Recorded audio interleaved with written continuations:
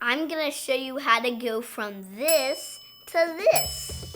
This is a simple experiment but requires adults' help. First, get a small bag of chips. I recommend eating them.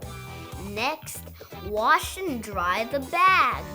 Then lay the bag between 2 sheets of baking paper. Put it on a baking tray and then put another one on top. Then put it in the oven for about 10 minutes at 350 degrees. Have an adult take it out of the oven and you have a cool mini bag.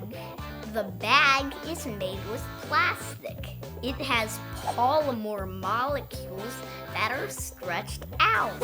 When they get heated up, they start to vibrate.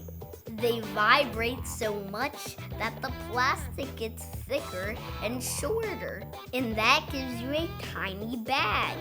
You could even use these as a bookmark, keychain, or jewelry. Please subscribe for more videos.